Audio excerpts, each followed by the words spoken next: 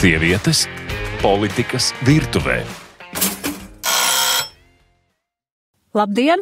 Atkal podkastā Sievietes politikas virtuvē, un šodien mana viešņa ir persona, kas ir bijusi ne tikai politikas virtuvē, bet arī priekšplānā ilgus laikus, un tā ir Ilze Viņķele. Es gribētu piezīmēt, ka es esmu arī daudz bērnu mamma. Jā, protams, jā, Ilze, to es arī gribēju pati pieminēt, ka arī esi daudz bērnu mamma, un tas mūsu sarunu kontekstā vienmēr ir viļies cauri.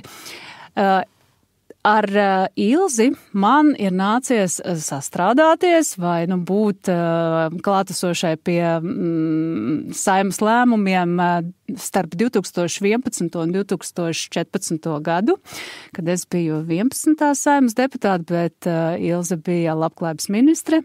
Ilze ir bijusi arī veselības ministre smagajā Covid laikā no 2019. gada līdz 2021. gadam. Tad, kad man nācās būt, kā lai saka, pie viena galda ar Ilzi. Mēs savā ziņā kādā brīdī bijām frontes pretējās pusēs. Mūsu strīdus objekts bija demogrāfijas ultimāts. Bet jebkurā gadījumā man vienmēr ir bijusi ļoti liela cieņa par pārliecību, dedzību un ticību tam, kā jūs iestājaties par to, ko jūs domājat. Jums vienmēr ir bijis skaidrs viedoklis, un par to cepuri nost.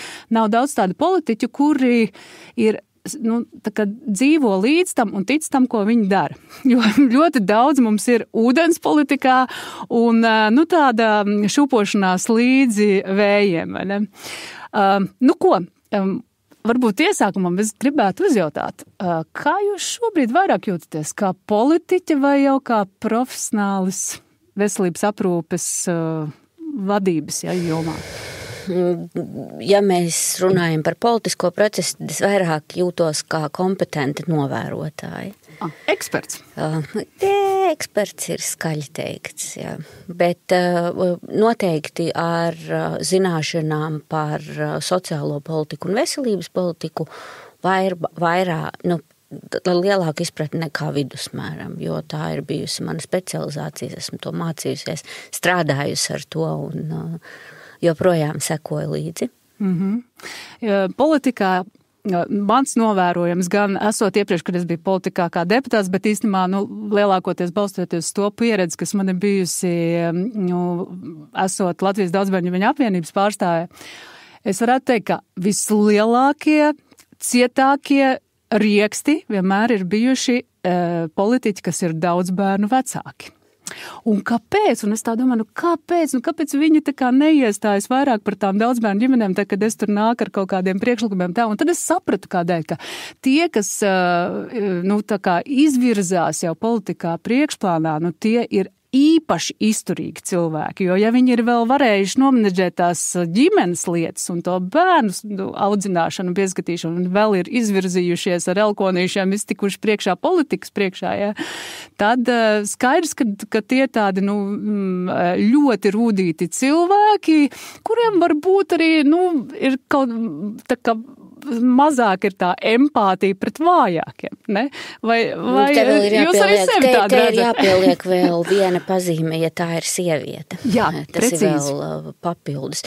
Bet es gribētu par tiem seniem laikiem, to 10 vairāk gadu atpakaļ mūsu sadarbības pieredzi, gribētu teikt, ka mēs bijām pa laikam, mēs strīdējāmies, bet mēs bijām galda vienā pusē, jo tā kopējā rūpe, kā jums tā man bija par to demogrāfijas, kā tas toreiz saucās, pakotne vai... To es arī gribēju pieminēt. Jā, vienkārši mums bija diezgan atšķirīga izpratnes, kas būtu labāk, bet labā ziņa ir, ka mēs bijām tomēr skatījāmies vienā virzienā. Jā. Bet par to, vai daudz bērnu vecāki un sievietes, kas ir politikā, ir mazāk empātiskas, es varētu daļēji piekrist tam, ka tas prasa papildus kaut kādas kvalitātes, lai tiktu tur, kur tiek. Cits jautājums nevaicājiet ģimenēm varbūt, ko tas viņām maksā un bērniem. Bet man gan gribētos cerēt arī, ka tas iedod tomēr papildus izpratni nevis no rakstiem un teorijas par to ikdienu un tām grūtībām, kas ir jāpārvar, bet no prakses. Jā. Jācer, ka mūsu premjere arī spēs sabalansēt savu ģimenes dzīvi ar tiem pienākumiem, kas viņai ir, jo arī viņa ir daudzbērnu mamma, un par to es esmu tā bieži aizdomājusies, tad, kad man gribās viņu daudz kritizēt, un tā tad es vienmēr atceros tomēr, ka tas nav tik vienkārši nest to visu mājās un pēc tam kaut kā norobežoties no tā un saglabāt savu sievas lomu, mātes lomu, nav viegli. Bet tās ir mūsu izvēles. Tās ir mūsu izvēles, jā, bet tā, ka tas vēlniņš iekšā dīd, un to arī nevar palikt mājā. Es arī, tad, kad izlēmu par 4. bērnu, tad es tā kā apzināti novilku strīpu, teicu, es nepiedalīšos ne Saeimas vēlēšanās, nekur, es beidzot būšu māte. Tad es tik daudz gadus nemaz neizturēju tā mājā pilnīgi bez darba pienākumiem. Jā. Es domāju, Līna, tur nav sevi jālauž, varbūt, bet ir ar pieredzi un gadiem ir jātiek vaļā no tām lietām, ko es domāju, ka mēs daļēji paši apzināmies, kas ir tās netik jaukās mūsos un to mazināt, bet nav sevi jālauž, jo cik tad ir daudz to aktīvo cilvēku, kas ir gatavi darīt ar kaut ko nesautīgi sabiedrības labā, tā kā, lai jums pietiek spēka. Es ar šiem vārdiem, katreiz, kad es redzu sapīkušu vīru seju, tad es tieši tā arī mēģinu viņam skaidrot, ka, es nevaru ļoti ilgi to pauzi ieturēt, un man liekas, ka jādara, ka vajag. Kurš tad cits to darīs? Ja? Precīzi. Tieši tā. Bet man ir ļoti interesanti, un liels paldies, ka šodien atnācāt uz sarunu, jo kā lai saka, savā ziņā es gribu saprast vēl arī cilvēku, kā teikt, ekspertu viedokli no malas, vai, kā tieši redz to šī brīža problēmu gan demogrāfijas jomā, gan varbūt plašāk arī skatoties uz kaut kādu sabiedrības noslāņošanos, kaut kādiem nevienlīdzības pazīmēm, ja, varbūt, un kā varbūt tā, iesākot sarunu, vai tev liekas, vai jums liekas, jā? Mēs mierīgi varam. Jā, vai tev liekas, ka šajā ziņā Latvijas sabiedrībā ir pozitīvi procesi notikuši, mēs esam kļuvuši mazāk nevienlīdzīgi, ienākumu nevienlīdzīgi, vai tomēr mums notiek kaut kāda noslāņošanās? Te mani runā sabiedrības veselības cilvēkus, un tur ir tāda lieta, kā tur iedzen iekšā to formātu, kurā uz parādībām, kas ir izmērāmas, mēs skatāmies caur skaitļiem, nepazaudējot domu, nepazaudējot, ka tie skaitļi atspoguļo ļoti konkrētu īstu cilvēku dzīves, bet tās ir izteiktas skaitļos. Līdz ar to tā nav ticības lieta, man nav nekas jāsajūt, man nav nekas jāiedomājās, man ir jāatver Eurostata dati un jāapskatās, kāds ir Latvijas Gini koeficienta rādītājs. Un tas rāda, ka mēs joprojām ar nelielām fluktuācijām augšā lejā, bet mēs esam stabili Eiropas Savienības nevienlīdzīgo valstu topa augšgalā. Tātad atbild uz jautājumu, kā man šķiet, man nekas nav jāšķiet, Gini neko baigi nemainās. Starp citu, tagad kaut kā to Gini indeksu īpaši vairs necelā un neliek priekšā tad, kad Labklājības ministrija arī prezentē savas programmas. Riskējot uzkāpt uz tās gaudu takas, ka manā laikā zāle bija zaļāka, bet es gribētu teikt, bet manuprāt tā pierādījumos balstīta politika, kurā mēs nepaļaujamies tik daudz uz savām sajūtām vai savu mikroskopiskā burbuļa pieredzi kļūst arvien mazāk. tam ir iespējams objektīvi un pusobjektīvi iemesli, karš un tā tālāk, bet šī nav šī laika tendence politiku veidot, balstoties. Jā, varbūt tad ieskatam klausītājiem, kas tā nezin, kas ir Gini indeks, tad principā Gini koeficients raksturo ienākumu nevienlīdzību, tātad tas varie no 0 līdz 100. Tad, ja Gini koeficients ir 0, tad principā pastāv absolūta ienākumu vienlīdzība. Tas ir visiem iedzīvotājiem ir vienādi ienākumi, kas, protams, ir absurda situācija, tāda nav iespējama, bet jo vairāk tas tuvojas 100, jo lielāka ir ienākumu nevienlīdzība. Un Latvijā tas ir nostājies uz 34,2, un patiesībā no 2022. Gada mēs vērojam atkal pieaugumu. Rīgā situācija ir nedaudz labāka, bet, principā tie skaitļi nekust no vietas un vismaz šajā rādītājā nekāda baiga uzlabojuma nav. Un te būtu jāpiezīmē, ka tas ir tāda momenta fotogrāfija, kurā mēs varam savas sajūtas dabūt izteiktas konkrētos mērījumos. Un Eiropas Savienībā, Eiropā, manuprāt, vidējais ir 28 vai kaut kas tā kā mēs esam. Lietuvieši bija drusciņi mums priekšā, bet Igauniem ir ap 30, ja es nemaldos. Ko tas nozīmē? Tas nozīmē, ka mēs varam te grozīt uz priekšu un atpakaļ, bet šis ir apliecinājums, ka tās politikas, kas ir veiktas nodokļos un kas ir veiktas ar sociāla atbalsta programmām. Tiem transfertiem un transfertiem nav pietiekami sekmīgas bijušas. Bet man tuliņ paraus lielais sirds pilna saruna. Viens ir, kā, protams, man šobrīd esot jau 4 gadus prom no politikas ir arvien biežāk sev jāuzdod, ko es esmu darījusi tajā laikā, kad man ir bijusi nevis vien iespēja, bet tas ir bijis arī mans tiešais pienākums kaut ko mainīt. Tas ir viens, un, protams, un es varu sev sist uz pleca un teikt, ka, piemēram, minimālā ienākuma koncepts, tas ir mana laika labklājības ministrijā veikums, kuru vienkārši kabinets nesvaldība nespēja pieņemt mazdūšības dēļ. Ir minimālā ienākuma līmenis vismaz ir noteikts. Pirms tas koncepts bija gatavs 12. vai 13. gadā. Jā. Mēs runājam par to, ka tas ir tieši 10 gadus vēlāk pieņemts.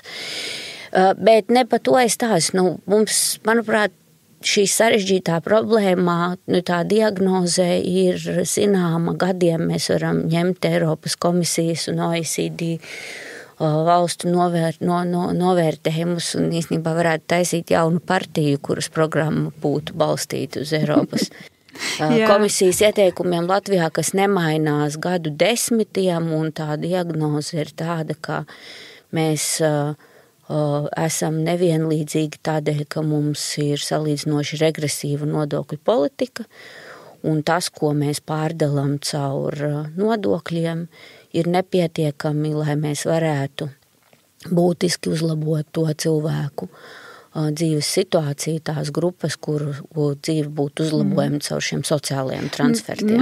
Jā, labi, bet droši vien, kad mēs sarunas gaitā varbūt varētu apskatīt kaut kādas atsevišķas grupas, arī, skaidrs, ka man vairāk interesē ģimenes ar bērniem, un tur es atkal bieži vien atsaucos uz nabadzības risku.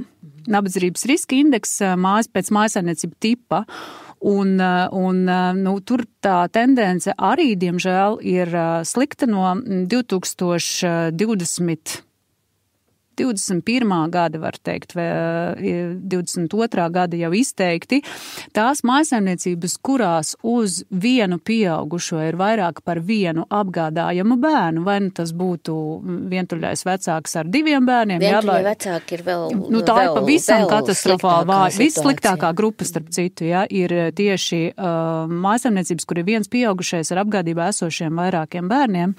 Cilvēki vairākas mājsaimniecības ar cilvēkiem un garīga rakstura traucējumiem. Jā, tās arī, bet tieši šajās grupās ar tiem bērniem, tur tā nevienlīdzības riska indeks ir pieaudzis, kopš 2022. gada, un tas jau ir vienkārši izskaidrojums, ka proti skaidrs, ka bija milzīgi strauja šī inflācija, piemēram, pārtikā 50% kopš 2020. gada, un tie ieņēmumi, vecākiem, strādājošiem vecākiem tik ļoti neauga līdzi, un atkal attiecīgi tā sociālā transferta vai sociāla atbalsta pakete nepavisam tā neauga līdzi, īpaši ģimenēm ar bērniem. Ja mēs jau paši zinām, ka ir ļoti daudz no tiem pabalstiem, universālajiem pabalstiem nav ilgstoši celti, un tā ir atkal tā manu bēdu stāsts, un es tā kā paskatos tā kā kopā uz to labklājības ministrijas, pamata budžetu, pieņemsim, labi distancēsimies no speciālā budžeta, kas ir no sociālām iemaksām.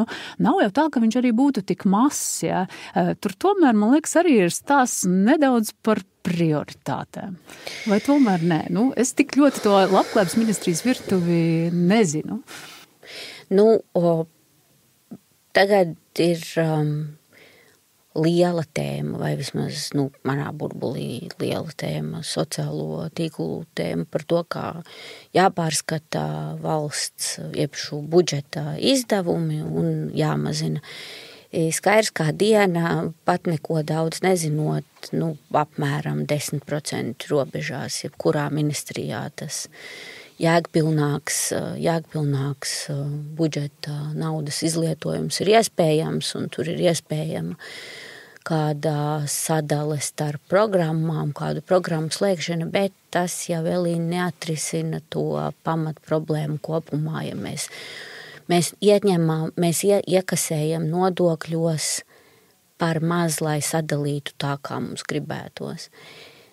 Protams, uzņēmēju organizācijas uzreiz kā pirmo minēs to, ka mēs neiekasējam visu, ko ēnu ekonomikā dara, un tas atkal mantra, ka 10 ēnu ekonomika būs tā, kas, tas tik būs avots, kur mēs pasmelsim visam, bet, nav tas, ja mums tā nodokļu sistēma, un es domāju, ka mēs savā veidā arī politiķi esam diezgan nepavisam atklāti, ja mēs nepasakam, nav iekšā. Ir grūti pateikt to, ka bez nodokļu... Bez naudas mēs to pakalpojumu grozu nenodrošināsim.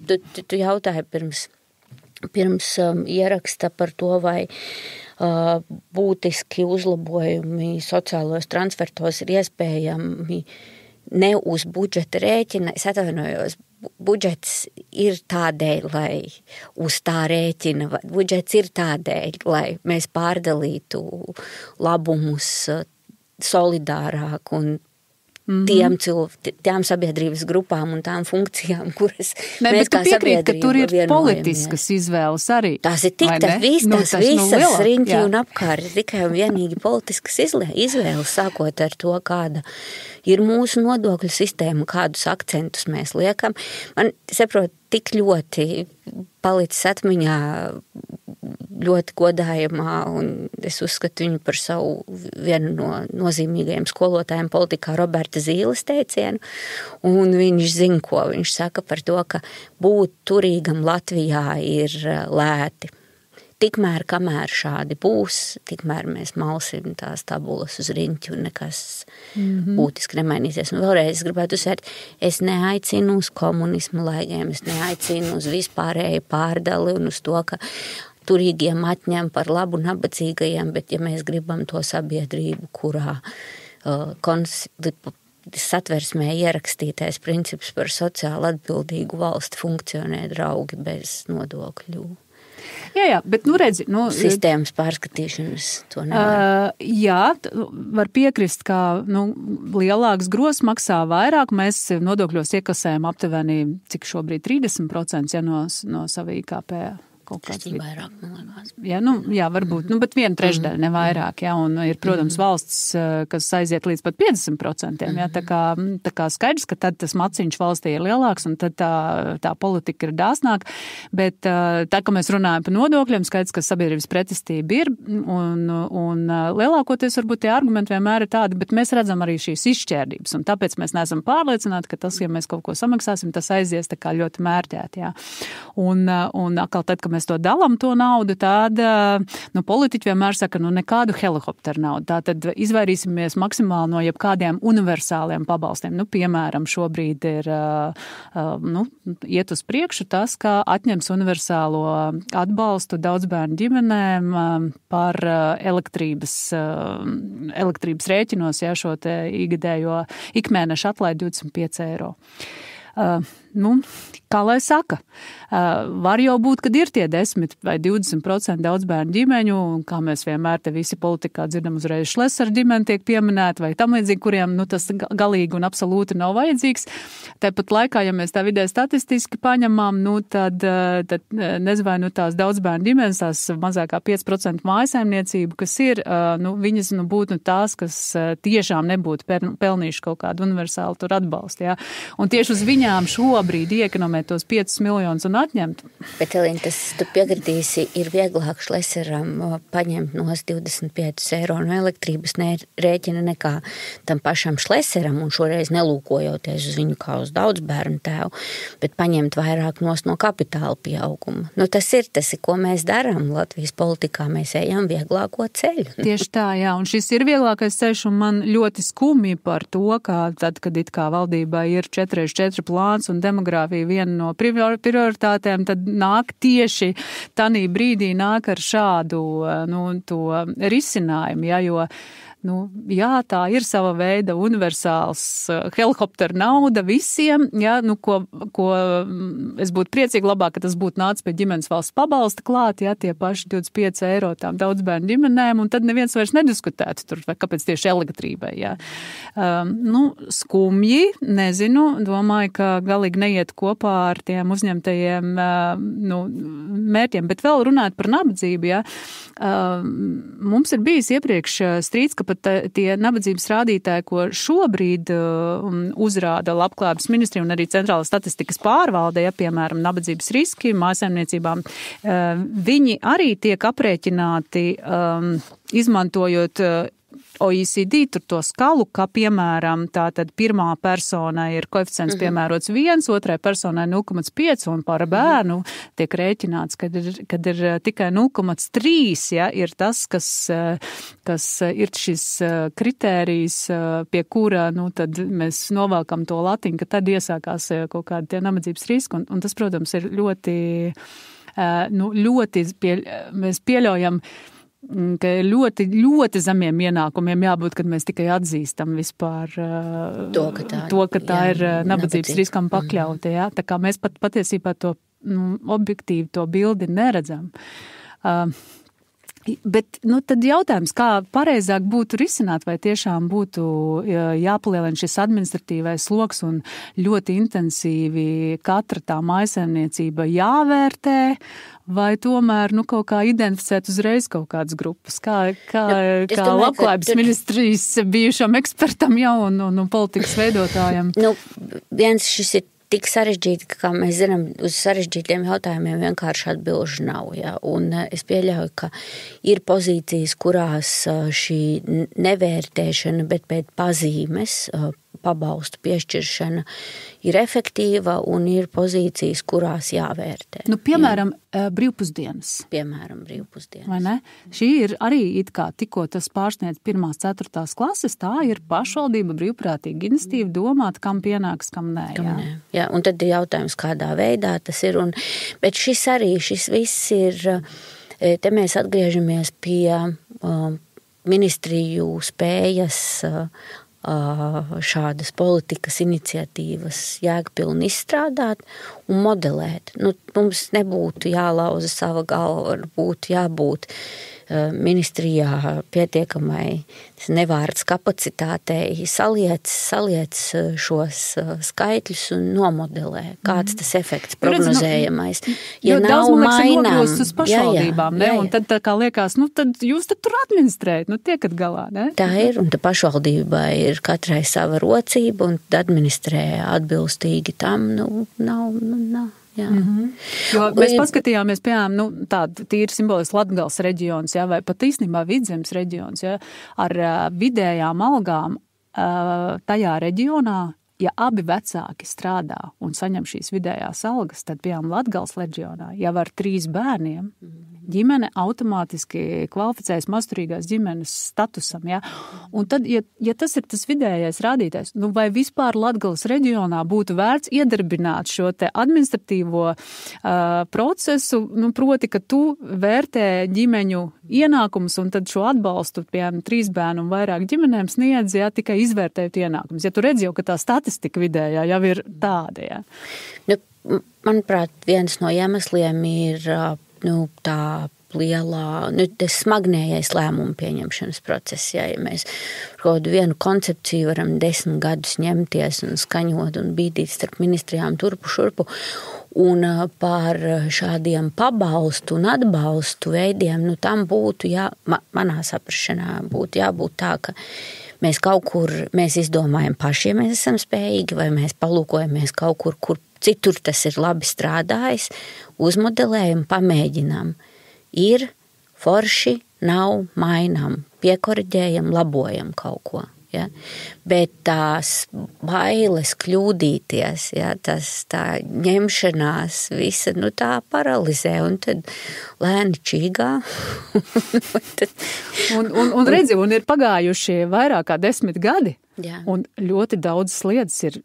Tā ir kā tie 10 gadi pa vidu nav bijuši, to, ko mēs tajā laikā jau tur uz galda bijām un to pašu runājām, un to, ka pieņemsim kaut kādiem pabalstiem, piemēram, būtu jābūt indeksētiem, viņiem būtu jābūt piesaistītiem līdzīgi kā pensijām, pie kaut kādas ikgadējās indeksācijas un visu, un mēs sen būtu aizmirsuši par to, ka mēs tagad te plēšamies un, bērnu kopšanas pabalsts, kā viņš tolaik tika nolikts jau uz 171, tā viņš arī ir palicis, Sen tas būtu atrisināts, un arī šobrīd tas, ko vīrazē jau nav tā, tur rakstīts ir, ka katrus 2 gadus mēģinās pārskatīt, bet atkal jau tās obligātais pienākums viņam automātiski indeksēties arī šobrīd nav. Jā. Ministrija uzlikusi to kā obligāto nosacījumu, vismaz budžeta paketē, kas ir aiznests uz Saeimu. Skumji, jo tā ir tā grupa ģimenes ar bērniem. Kā tev vispār liekas tā vērtējot ģimenes ar bērniem, cik viņas labi šobrīd dzīvo? Kā ļoti dažādi. Vai ne? Atkal, ir... Ko jums tie veselības dati saka? Veselības dati saka ļoti tādos, vienu indikāciju var iedot ļoti raupjos, tādos triepienos, kā Latvijā, pat mazajā Latvijā, ar mūsu niecīgo iedzīvotāju skaitu mums ir jau šobrīd 10 gadu starpība starp turīgākiem cilvēkiem un cilvēkiem zemiem ieņēmumiem veselīgi nodzīvoto gadu skaitā. Pat Latvijā. Un, kas nozīmē, ka tas pats jau staro arī uz bērniem, no ģimenes rocības. Jo tu esi tālāk no Rīgas un jo ģimene ir trūcīgāka, jo arī tās veselības iznākumi prognozējami būs bēdīgāki. Skumi. Es zinu, ka mēs savā laikā sadūrāmies, mūsu viedokļi bija pretējās pusēs attiecībā uz obligāto veselības apdrošināšanu. Jo Latvijā ir obligātā veselības apdrošināšana. Viņa ir, bet viņai šobrīd kvalificējās visi. Tas ir jāsaka, mēs runājam teorijas pamati, jā, proti, jā.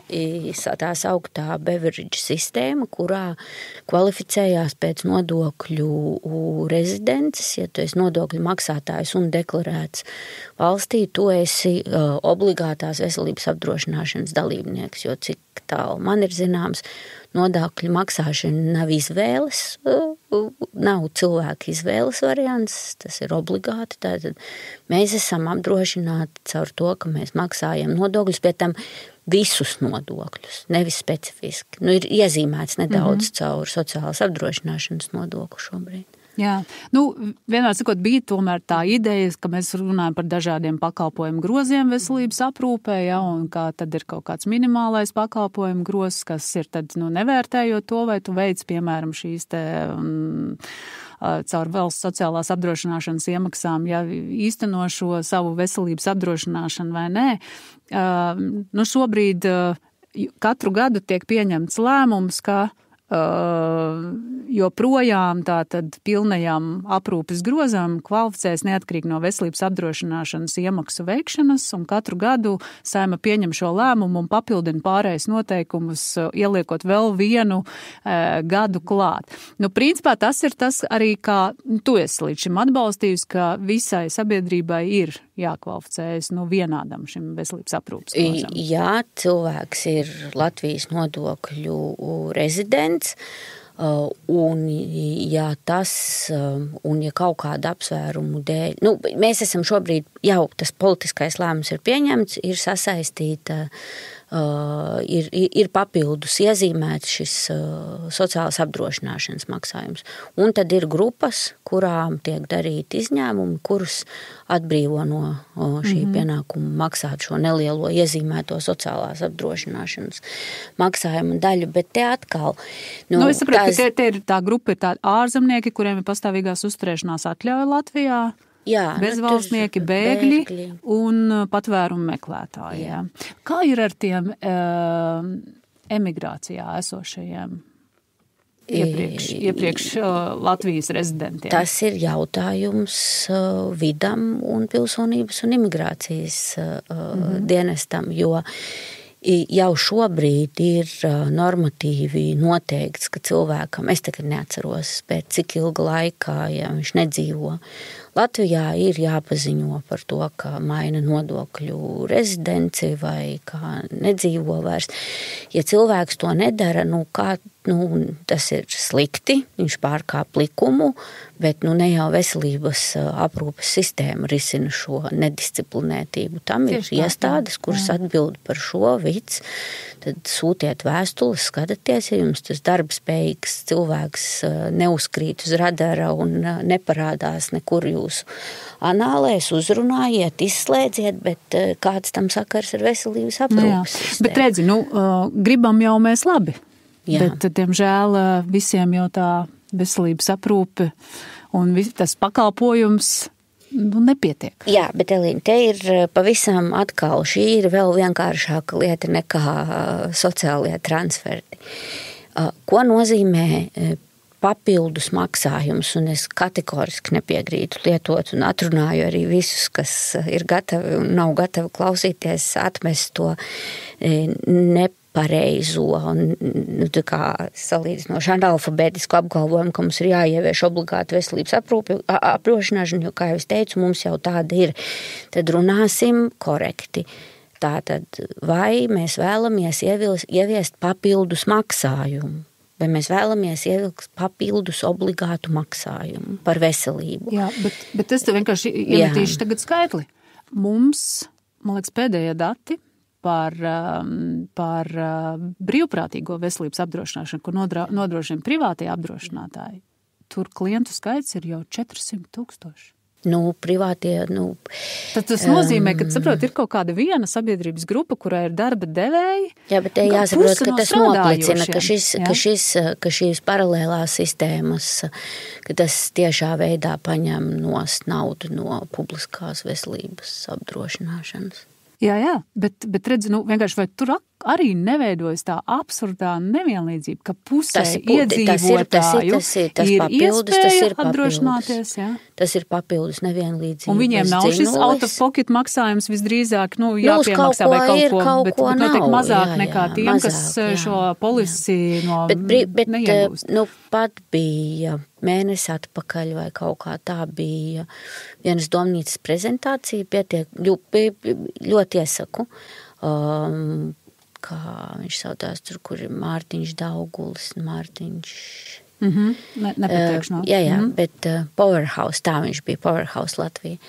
Analīze par Latvijas veselības aprūpes sistēmu un arī tiem potenciālajām izmaiņām finansējuma modeļos, un tur bija datos balstīta analīze, ka pirmkārt šī privātā papildus apdrošināšana nekādā veidā neatrisina lielās veselības aprūpes problēmas, un kā papildus finansējums ir iegūstams vai iezīmējot kādu nodokli, bet atkal, ja mēs gribam būt korekti un ja mēs lūkojamies uz to, ka iezīmē kaut ko no darba nodokļiem, tad tā arī ir jāpasaka, ka cilvēkam no algas būs jāmaksā vairāk.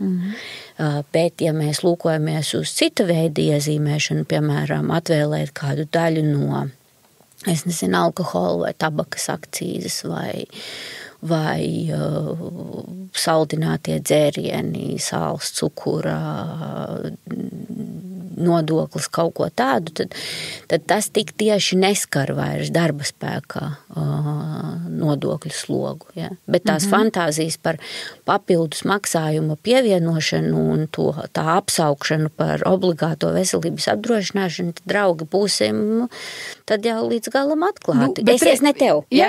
Kur mēs ķibināsim klāt? Bet tā tad, puse no darbspējīgiem, vai puse no nodarbinātajiem, par viņiem jau tomēr tā kā šo naudu maksā, jo nopērk šīs privātās apdrošināšanas polises, kas iespējams vēl kādai daļai pat nav vajadzīgs, bet tā nauda tiek maksā, tas darbdevējs ir gatavs šos maksājumus veikt, un iespējams, ka ja tā nauda automātiski iet kopējā katliņā, tad no viņas būtu lielāka efektivitāte. Tas bija viens absolūti, jo skaidrs, kā tur šī tā mēroga ekonomika un kā apdrošinātājs vienmēr varēs nopirkt labāk nekā to dara viens pacients viens pret vienu ar savām vajadzībām.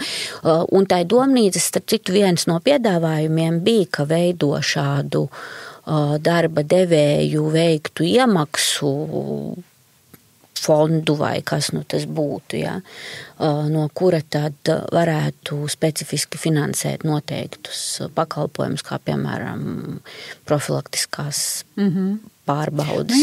Jo redz, viss skumjāk jau ir šajā sakarā tad, ja, tie ir tie bērni, kas netiek pie tā pakalpojuma kvotu dēļ vai tam līdzīgi, un viņiem jau ļoti reti, kad vecāki atļaujās vēl caur darba devēju iegādāties kaut kādas apdrošināšanas polises. Tādi gadījumi ir, bet tie ir ļoti margināli mazi. Tas ir tā situācija patās tuvojas kaudai kritiskai, ja mēs lūkojamies uz gaidīšanas rindām, bērnu psihiatrs gads vai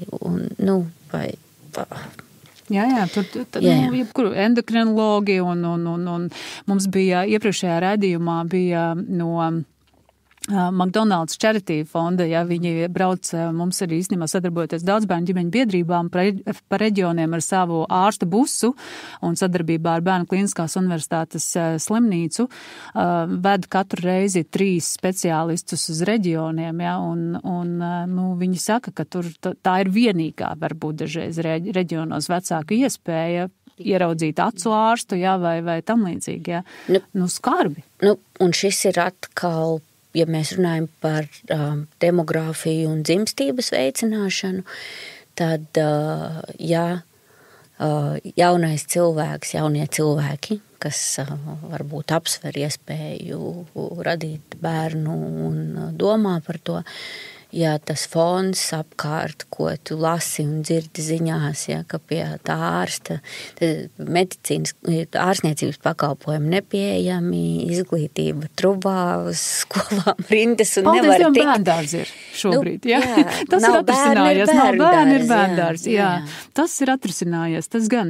Tā, respektīvi, ne tikai pabalsti dāsnāki, manuprāt, ir kritiski svarīgi, kā atbalsts ģimenēm ar bērniem, bet pieejami un labi pakalpojumi, ar labi, mēs vienmēr esam teikuši par to, ka tur trīsvienībai ir jābūt gan šiem pabalstiem, gan pakalpojumiem, gan iespēja strādāt, gan arī, protams, savienot. Jā. Tā kā tas skaidrs. Bet, varbūt tad, varbūt tomēr mēs varam teikt, ka kaut kas tajā veselības aprūpes sistēmā netiek pareizi organizēts. Kā tu tur redzi? Tur viss ir efektīvi? Šobrīd ir tā lielā cīņa par slimnīcu tīklu optimizāciju. Jā. Tas ir bubulis, kas ir atkal jau vismaz 10 gadus, un tur ir cīņas starp pašvaldībām un valsti. Visbiežāk, vai ne? Atkal man ir jāsaka, ka slimnīcu līmeņošanas plāns bija gatavs izskatīšanai valdībā 2020. gada beigās, un tā laika premjeras atteicās to skatīt, jo tur bija nejaukas lietas. Tā kā atkal kaut kas ir izdarīts 4 gadus atpakaļ, un par ko tagad šodien lasīju ziņās, ka ir uzsaukts pārskatīt šis līmeņošanas plāns. Mums vajag kaut kādu vienu cilvēku ar tām pātagām. Vai tā ir valsts kontrole, ja? Vai tad ir Satversmes tiesas kāds spriedums, tikai tad mēs sākam tā kā es domāju, ka Satversmes tiesa arī mēs redzam, ka ir Saeimā bijuši atceries gadījumi, ka arī Satversmes tiesas lēmumi ar gariem zobiem tiek pildīti. Manuprāt, tā efektīvākā pātaga līdz šim tomēr ir bijusi Eiropas komisija. Ar kaut kādām sankcijām. Ar sankcijām vai ar tur īstiem vai iedomātiem draudiem par mazāku fondu apjomu proti, ja, bet arī tur, redzi, tur tādu individuālu atbildību nevar atrast tajā brīdī uzreiz, un tad tur viens uz otru, un beigās nauda kaut kur palikusi, nav rezultāti, pēc tam ir pēc uzraudzības periodā konstatē, ka kaut kas ir jāatmaksā, ja, bet atbildīgo jau mēs beigās neatrodam, ja. Man nav atbilžu, man nav atbilžu. Bet, protams, skumji, ja reģioniem, pasaka, ka jums tur vairs nebūs, 4. līmeņa vai tur 3. līmeņa. Te mēs aizējam uz kaut kādu to latviešu mītisko domāšanu. Es nezinu, kā tev ir ar radiem un draugiem ārpus Rīgas reģioniem, vai ir un vai kāds ir piedzīvojis vajadzību nokļūt vietējā slimnīcā. Un pēc tam tāpat tiek aizvest uz Rīgu. Tur ir tas pilnīgi kaut kāds oksimorons, jo ja vietā X, ne pat reģionālā līmeņa slimnīcā, bet mazākā, nesaukšu vārdu, bet es domāju, tā nav unikāla situācija. Kāds teiks, ka slimnīcai kaut ko tur būtu jāpārskata un jāsamazina un jāizver, piemēram, dzemdību nodaļa ciet vai kaut gan dati rāda, ka to dzemdētāji tur ir tik maz, ka tur iet dzemdēt ir riskanti gan tai mammai, gan bērnam. Tad cilvēki stāvēs ar plakātiem un rakstīs vietējā avīzē, ja tāda ir rokas nost no mūsu slimnīcas, 3 rubļā, un tad, ja viņam pašam ir jānokļūst tai slimnīcā, tad viņš pēdējo govi pārdos tikai, lai Dieva dēļ viņu neliek tai slimnīcā. Un tad mums ir kaut kā jāsaprot, kur tad. Un es saprotu, ka pašvaldībā ir gandrīz neiespējami to lēmumu pieņemt, ja? Jo, viņi ir tuvu. Es nezinu, atceries, tas laikam vēl bija 10. Saeimā, ka tur arī bija par skolu samazināšanu, jo tur nebija bērnu, un tad bija tie sakarīgākie un godīgākie pašvaldību vadītāji, kas teica, Klau, mēs saprotam, ka to skolu tur nevajag, mēs nevaram, bet mēs nevaram to lēmumu izdarīt. Ja kāds izdariet, un mēs visi, un tas pats ir par tām slimnīcām. Nē, labi, bet šobrīd tad iet uz to, kā tas būs tomēr no valsts nodiktēts. Es domāju, ka tas ir Latvijas politikas vizītkarte, ka nepopulārus lēmumus gadu pirms vēlēšanām uzliec un taisni arī izdara. Es te gar acīm redzu. tā tas arī būs. Ogrē un tukums un viss, kas... Ne, labi, ogrē vēl puslīdzē, bet, ir, protams, jā, es zinu, es sadarbojos ar visām Latvijas dzemdību nodaļām par ogru, labi. Bet ir, es ne par Helmanu, es šobrīd par slimnīcu tikai. Ir Dobeli, kur ir tomēr mazs dzemdību skaits balvi, kur pavisam marģināls. Jā, tāds, jā. Par kvalitāti, jā. Tā kā skaidrs, ka, tur nevar pat nodrošināt, to kvalitāti un nedod Dievs ir kaut kādi šie īpašie gadījumi un riski, jā. Tad ir pavisam traki. To šodien uzsaukt to, izsludināto to slimnīcu ziņojumu vēl paspējis izlasīt pirms mūsu sarunas, bet tur tas jautājums arī vai, un es ceru, ka tur tas ir, ja kaut ko taisa ciet. Tas ir psiholoģijas tāds fenomens, ka cilvēkam ir vairāk bail zaudēt kaut ko, kas jau ir, nekā neiegūt kaut ko, kā vēl nav. Jā. Labāk mednis. Vienalga, kur, bet jā. Rokā, vai kā tur bija labāk, ka zīle rokā nekā mednis kokā, jā. Un pat, ja tā zīle sapujusi, vienalga, tev labāk, ka tā zīle ir rokā nav nekā, bet manuprāt, daļēji, un es saprotu cilvēkus, ka tā ir tā sajūta, ka tev viss paliek mazāk, un tad beigās aiztaisīs to pilsētiņu ciet, un nekas tur nebūs.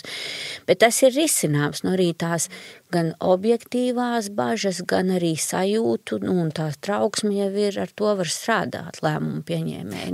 Nodrošina transportu, pasaka, precīzi, reku mums ir foršs busiņš, katram aizbrauks pakaļ, un tas tāpat būs lētāk un pacientam drošāk. Ja? Jautājums ir, vai tas tur ir izrunāts? Redz, jā, tātad, tāds viens no tiem optimizācijas variantiem ir paralēli nodrošināt šo mobilitāti.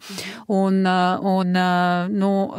cilvēkiem, es domāju, ka ne jau viņiem varbūt ir tik svarīgi, ka tur uz vietas ir kaut kāda nodaļa, kurā var gulēt ilgstoši, bet ka viņiem tā neatliekamā medicīniskā palīdzība ir tuvā. Sajūta par drošību. Jā, un tas varbūt ir tas, kas ir vajadzīgs. Jā, tas skaidrs, ka tas ir atkal varbūt Lienai Cipulē izaicinājums, pirmkārt skatīties, vai tās brigādes ir pietiekami nosētas pa visu Latviju. Bet ne visur ir NMPD jautājums, ir jau arī kaut kas nav akūti. Ja? Teiksim, ja tur tas anesteziologs dežurē uz papīru un īstenībā slimnīcā 100 kilometrus tālāk guļ, tad, un taču pilsētā, taču visi to zina, visi zina par tām slimnīcām. Jā, bet vietām, tev viņš ir, ja tev ir uzņemšanas nodaļa, tad tev ir viņi visi, tur tie speciālisti ir jānodrošina vismaz uz papīra, jā.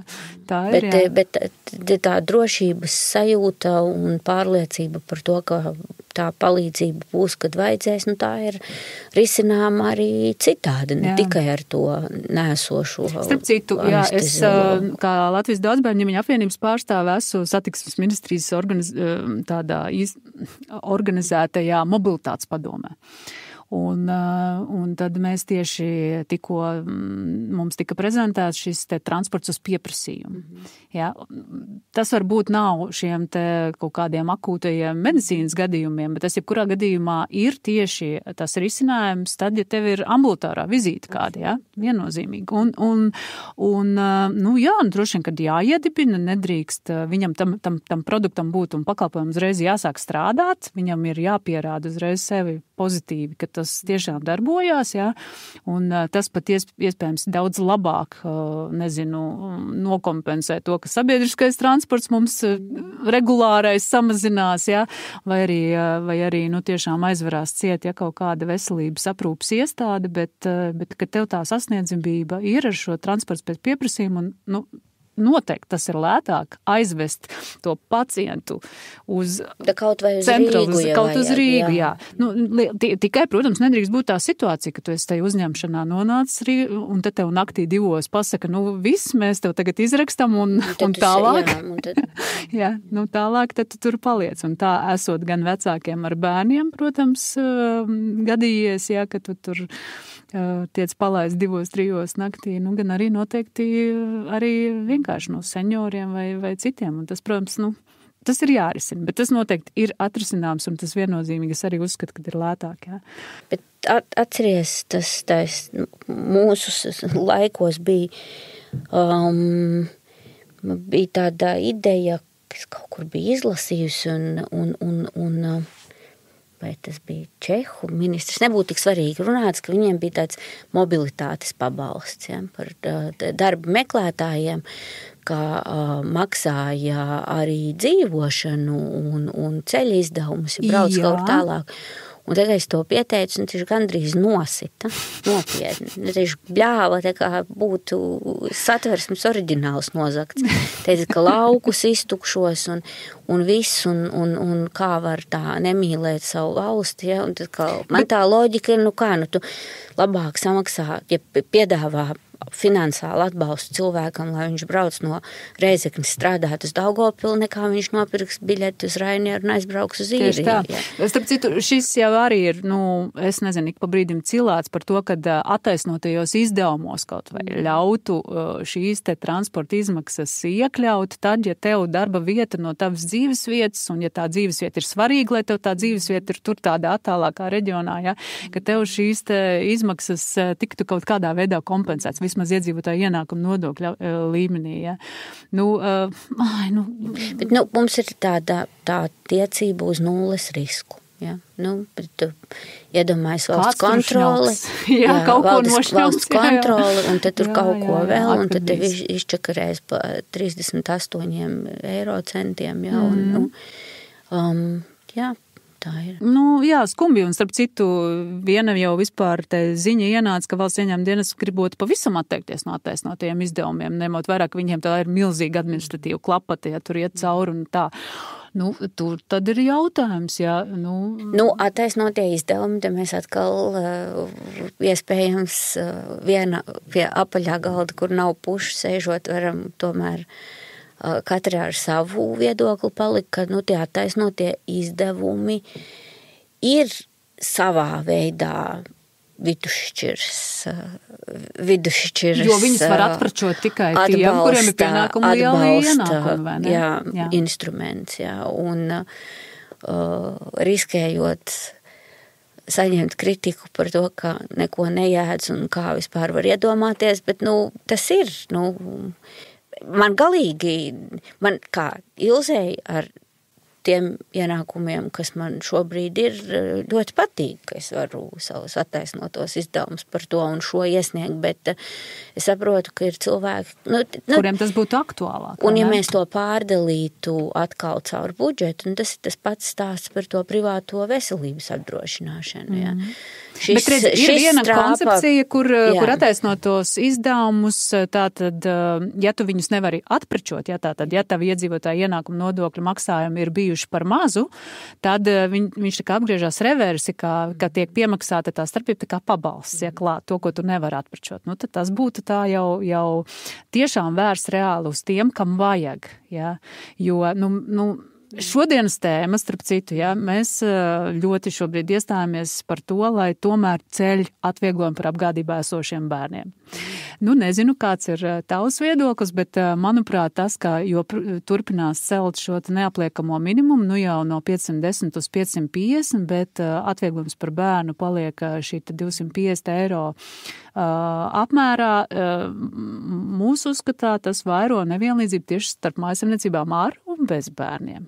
Jo, ja mēs tādus vispār kopējos ģimenes ienākumus sadalām uz ģimenes locekļiem, tad sanāk, ka tie ienākumi, kas ir tā kā bērnam paredzēti, viņi apliekās ar lielāku nodokļu slogu. Ja. Šīs ir politiskas izšķiršanās atkal, jā. Kādus signālus kādus signālus valsts līmenī caur šo instrumentu raida. Ja, jo ietekme liela, 67 miljoni, ja, neapliekamā minimuma celšanai par tiem 40 eiro, un tad tos pašus 67, ja mēs iesaldētu neapliekamā minimumu, bet novirzītu uz atvieglojumu par apgādībā esošu bērnu, tad to varētu pacelt pa 110. Ja, no 250, 360 eiro, un ietekmes budžeta būtu tieši tikpat liela. Skaidrs, ka arī arguments no Finanšu ministrijas vienmēr visi jau nevarēs to atprečot un izmantot, jo tāpat tie ienākumi ir pamaz, bet arī pensionāri nevar savu 1000 eiro neapliekamo minimumu izmantot. Man liekas, 80% nevar izmantot. Jo tas ir, bet atkal tas ko es teicu, tas ir politisks signāls. Ja? Nu, pensionāriem šis neapliekamais minimums ir skaidri un gaiši politisks signāls. Ja? Tā summa tā nav faktos balstīta, tas ir politisks signāls. Tas izklausās labi un apaļi. Vai ne? Jā, labi un apaļi. Jā. Bet, Klau, nu, labi, nav ko jau ko slēpt, ka liela daļa mūsu speciālā budžeta viennozīmīgi, bet arī daļa no pamatbudžeta aiziet pensijās, vai ne? Un kā tu vispār vērtē, vai tā pensiju sistēma mums ir tāda taisnīga? Jo tad, kad es redzu, kā ar katru gadu, jā, tā tad vēl tā indeksācija, es saprotu, ka, tur pienākas un tā, bet, ka mēs tagad jau no 1. oktobra indeksējam jau 1488 eiro un tajā mazajā galā, kur ir 600 eiro, tur saņems tikai kādi 35-40 eiro pie pensijas, bet tiem, kuriem tās pensijas jau ir tie 1400 eiro, tie pie pensijas saņems papildus vēl 100 eiro. Un man liekas, ka tur arī caur to indeksāciju kaut kas īsti līdz galam nestrādā, ka tur tā nevienlīdzība tā kā pieaug. Ja? Un ne jau visi tie, kuriem ir 600 eiro pensijas, ir bez darba stāža. Tā jau nebūtu nav. Nu, tā ir vēsture, tā fondētā pensiju sistēmā, tu zini tikpat labi kā es, tur dažādos novērtējumos gadiem cauri ir starptautiski vērtēta kā viena no mūsdienīgākajām un labākajām un ilgspējīgākajām un tā tālāk. Bet tas elements ar šo pārēķinu, kas tas bija 96. gads, ja? Kas nāca, tas jau ir tur daudz tādas maziņas domātā sistēmā un uz papīra brīnišķīgi izstrādātā sistēmā ir ielicis tādu laika bumbu, ja, kura joprojām velkas līdzi, bet par pensijām runājot, man atkal savas idejas, man šķiet, ka gadus, ja ne 10, tad 5 gadus atpakaļ noteikti aktīvi dienas kārtībā bija jābūt, un tur pa laikam izskan pensiju sistēmas maiņa, ja. Respektīvi gan lūkojoties uz tām demogrāfijas tendencēm, bet atkal tā ideja nav tur ir zelta likums, ja, par to, ka jebkādas izmaiņas uz pensionāriem, vai tie būtu vecuma vai izdienas, pensionāri ir attiecināmas, ja tu esi 20 gadu sistēmas dalībnieks, uz tevi tas jau vairs neattiecās, ja, tā kā tie, kas šīs manas idejas noteikti nav ar domu, lai jau ko ietekmētu tiem cilvēkiem, kam tā pensija tuliņās būs. Tiesiskā paļāvība, jā. Tas nosakams, tas pārējais periods un pensijām, tas ir 10-20 gadi jau uz kaut kādām izmaiņām. Respektīvi, mēs vienus gadus 5 esam novēlojuši diskusiju par to, ka esošajā šai demogrāfijas situācijā, un es nedomāju, arī to starp cik bērnu dzimst, un par to, kā mēs prognozējām strādājošo uz pensionāru attiecību 10 gadu periodā, bet arī pie radikāli izmainītām darba attiecībām. Ja? Tā kā šī fondētā pensiju sistēmā ir forša, ja mēs lūkojamies uz 19. gadsimta Lielbritāniju, kurā cietākā valūta ir klasiskais darba līgums. Ja? Un nemainīgs cilvēku skaits. Ja? Mums cilvēki strādā kādos tik nodarbinātības režīmos, respektīvi uz šāda veida sociālām iemaksām balstīta pensiju sistēma, manuprāt, nebūs izvēles variants pēc 10 gadiem. Un tā ideja ir par to, ka, ja mums ir tā, ka, tad, respektīvi, lasot, pētot, mans atzinums ir, ka mums ir jāiet uz valsts garantētu pamatpensiju. Mums jau it kā ir. Tikai viņa ir margināli maza. Pilnīgi citu filosofiju. Tā ir valsts garantēta pamatpensija ir cilvēkiem, kuri nav varējuši kaut kāpēc to savu pensiju sakrāt. Nē, kā pamat elementu valsts garantēta pamatpensija, kas nav ne liela, ne maza, un garantēta visiem pēc rezidences principu un tādēļ, ka tu esi strādājis, tad tu vari papildināt to ar iemaksām, ja? Bet mēs neizvilksim šādi. Nu, tas ir tāds Šveices modelis. Es saprotu, ka Šveicē ir šāda te cieņpilna garantēta pamatpensija, un tad pašam ir tas 3. pensiju līmenis, kur viņš... Ne tikai Šveicē. Piepelna, bet, redzi, ļoti jau labi arī līdzīgi kā vecāku pabalstu gadījumā, jā, vienmēr tas iedzīvotājs grib visu laiku redzēt, ka ir jēga no tā, kad es maksāju, un taču tie nodokļi tik lieli, un tad es gribu redzēt, ka tiešām tieši manā tajā pensiju kapitālā tur tas uzkrājās, un tad katru gadu es ieju iekšā VSA sistēmām pārbaudu, vai man tā potenciālā nākotnes pensija ir augus vai nav augus. Elina, mēs burbuļojam, mēs te tādas Rīgas kundzītes, ja, kas bijušas politikā, mēs reāli burbuļojam, es tagad neatceros no galvas, bet apsties tas cilvēku skaits, kas kaut reizi gadā apskatās savu pensiju uzkrājumu. Ja. Bet zini, ko? Nav tik liels. Es teikšu tā, manas mammas, tās daudzbērnu mammas, viņas šad tad paskatās, es esmu viņas mudinājusi, un par viņām gan man ir sāpe, jo, redzi, ir bijis kaut kādi tie periodi, un arī, jāsaka godīgi, savu laiku arī mans aizstāvētais modelis bērnu kopšanas pabalstu sasiet kopā ar vecāku pabalstu ir novedis pie tā, ka šobrīd intensīvi sievietes paliek bez darba stāža un bez sociālām iemaksām, jo tagad, kad tiek atļautas saņemt strādājošam vecākam 75% no vecāka pabalsta, arvien vairāk šos pabalstus paņem tēvi, un tā kā bērnu kopšanas pabalsts ir sasiets kopā, un viņu nedrīkst mamma paņemt atsevišķi no vecāku pabalstu, ko paņem tēvs, sieviete paliek bez darba stāža, tad, ja viņai nav darba attiecības, vai, kā minimums, viņa paliek bez šīm sociālām iemaksām. Un tā ir, tajā laikā tā nebija tik izteikta problēma, jo nebija strādājuši.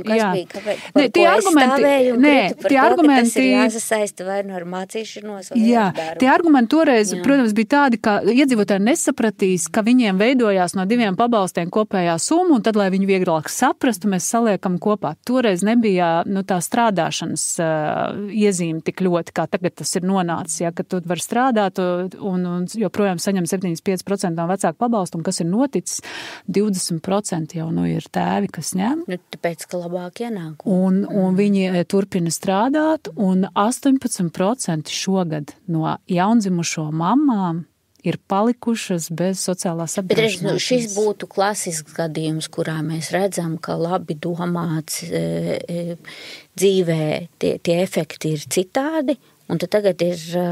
kā saka, mērkaķa ātrumā būtu jākoriģē. Mērkaķa ātrumā, bet arī, piemēram, mēs 3 gadi sakam, atsaistiet, vienkārši ļaujiet tad tam tēvam ņemt to vecāku pabalstu, bet to bērnu kopšanas pabalstu dot mammai. Tā ietekme uz budžetu ir tikai sociālās iemaksas no pamatbudžeta speciālā budžetā, ja? Tā kā tikai tas transfers, jo naudas izteiksmē tā ģimene saņemtu tieši tikpat, un nedzird, un vēl tikko runājām, un arī vismaz to, bet starp citu, vēl ir posms no 91. līdz 95. gadam, kad piedzima kopā 140 000 bērnu, un par šo periodu Valsts sociālās apdrošināšanas aģentūrai tikai par 20% mammu ir informācija, ka viņām šis periods ir ieskaitījies darba stāžā. Jo tajā periodā bija tā, ka ja par tevi darba devējs neturpina maksāt sociālās iemaksas, kad tu esi bērnu kopšanas atvaļinājumā, tad tev viņus bija jāveic pašam, ja tu gribi, lai ieskaita darba stāžā. Un šajā periodā, jau Labklājības ministrija šobrīd ir atzinusi, ka visdrīzāk tiešām var būt tā, ka 80% sieviešu nav ieskaitīti darba stāžā tie gadi, kad viņas ir kopuši sev jaundzimušo. Un tas ir skarbi, jo, es saprotu, tās ir izvēles tur dzemdēt 7, 8 vai 9 bērnus, bet man ir 40-gadīgas sievietes tiešām ar foršiem 7, 8 bērniem, un viņām darba stāžs ir tik, cik kaut kādi 5 vai 7 gadi pirms bērnu sāk laist pasaulē. Baigs kumji. Kāds ir izcinājums šī te garantētā pensija, vai kā tu vēl redzētu? Kā var būt pensijā? Viņas to pensijā, ja tādas izmaiņas vispār būs, tad tās 40 gadnieces visdrīzāk to necaur šo dabu. Viņas kaut kāds, jā, protams, mēs jau tagad, kad runājām, tad katra tā mamma ar zīdēnu uz rokas gan arī pieteicās sociālā dienestā, saka, vai es varu būt par aprūpētāju, sākt vismaz kaut kādā 25, 0,25 925 slodzē strādāt, ja, lai kaut kas man, jo viņas ar tā nebija nekad aizdomājušās, ja, ka patiešām bija iepriekš dzirdēts, ka par to bērniņu kopšanu līdz 1,5 gadam ir tas darba stāžs, bet viņas nebija pamanījuši, ka viņām tas neieskaitās. Žēl man šo mammu, jo, kā mēs redzam, vēl tā statistika, ka tie vīrieši ātrāk krīt, un kas notiek ar tām sievietēm, kad viņas nonāk tajā pirmsvecīs vecumā, ja viņas arī paliek bez tās otras puses atbalsta. Viņas iekrīt nebadzības riskam pakļaut to kategorijā. Ko Ilz, kā vispār? Tu redzi sevi, vai tu atgriezīsies kādreiz politikā? Es neplānoju ar to domājot, jo es saprotu, plānošana tā ir kāda aktīva rīcība. Tas nav tikai ka es sēžu un iedomājos, ko es varētu darīt. Plānot es neplānoju pirms, man te bija tiesa arī kaut kādu brīdi. To izbaudīju, jā, bet īsi pēc tam es biju absolūti kategoriski, 100% pārliecināta, ka nekad, un tas ir par sāpīgu un tā. Šobrīd es neplānoju, bet man nav vairs tā, man nav tā kategoriskā pārliecība, ka nekad varbūt kaut kad, ja vajag, ja kaut ko, bet kas gan man ir mainījies pat vēl 5, salīdzinot ar laiku 5 gadus atpakaļ, es neesmu gatava vienkārši iet gaisu tricināt un sisties, tāpēc, kā kādam tas ir jādara, un man tik ļoti gribās to jēgpilno sajūtu par to, ka kaut mazliet kaut ko var izmainīt. Tā tad tev ir jāsagaida situācija, ka tu saproti, ka tev ir liela aizmugura, ka tu tiešām arī vari panākt to izdarīt. Man pat tā aizmugura tik daudz nebaida, jo ir varēts izdarīt, ja tā skatās, nav jau tā, ka nekas nav izdevies. Ja? Es nevaru sūdzēties īstenībā. Es pat netik daudz par to aizmuguru, ja mēs lūkojamies tur Saimas vairākumu, un to ir piemēri, ka var ticot tā idejai un kaut cik jēdzīgi saliekot to taktiku, kā panākt rezultātu, to var izdarīt.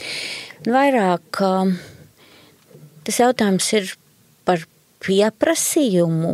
Man jau vienmēr tā bija licies, ka, tā, kad es kādam šķitīšu vajadzību, tad man uzaicinās tā politikā. Pirmkārt, neuzaicinās, tas ir pilnīgi noteikti. Un otrs ir arī nevajag sevi mānīt, ko es darīju ar sevi, kā kāds tavu labo darbu vai veikumu novērtēs, neviens nenovērtēs. Bet arī tāpēc nav ja tu zini, ka tā tas ir, tad nemāna sevi, bet es pat nedomāju par to, ka kāds nāks un lūgs un teiks, ka mums tevi vajag. Ja būtu tā sajūta, ka šis ir brīdis un man ir ideja un es zinu, kā to darīt, un tu kaut cik jūti pieprasījumu pēc tās idejas, tad par to var domāt. Ja? Bet, labklājības jomā vai veselības jomā? Man tomēr tā veselība tuvāk. Tad tiekamies kādreiz. Kādreiz tiekamies, bet var paskaties, kā tu dari caur daudz bērnu asociāciju. Ir formas un veidi. Paldies Dievam, mēs esam tomēr demokrātiska valsts, var ietekmēt lietas arī, ja ir vēlme to darīt. Ja. Mēs cīnāmies, mums gan švaki sanāk, bet vismaz mūsu balss ir dzirdama. Bet atkal ir, ja tu to nedarītu, tad visdrīzāk neviens cits to nedarītu. Arī, tā, jā. Bet kopumā viss ir labi. Bet es nezinu, vai man tas formāts vispār vēl kad baigi ir derējis politikai, un tas, manuprāt, nepaliek piemērotāks politikai, jo man arvien vairāk ir jautājumu un arvien mazāk atbilžu, un tas iespējams nedara. Tev jāiet un jāsaka, ka tu toči zini, ko būs lieta un laiks, būs risinājums un arī rīcība droši vien, jā. Gan jau, mēs esam rīcības cilvēki. Mēs esam rīcības cilvēki, bet es priecājos, ka man pēdējā laikā un ar vecumu un pieredzi dzīvi iemāca arī ļauties. Nav vienmēr jāskrien pa priekšu. Ar pieru sienā, ar pieru sienā un aizvērtās durvīs var vienkārši arī pagaidīt un apskatīties, kas notiek. Paldies par sarunu. Paldies par uzaicinājumu. Līdz nākamajai reizē. Tas šodienai viss. Paldies, ka noklausījies mūsu sarunu, un ja vēlies atbalstīt šo raidījumu, uzraksti labvēlīgu atsauksmi vai piešķir labu reitingu manam podkastam un padalies ar šo ziņu savu paziņu lokā. Tiekamies jau drīz nākamajā sarunā Politikas virtuvē.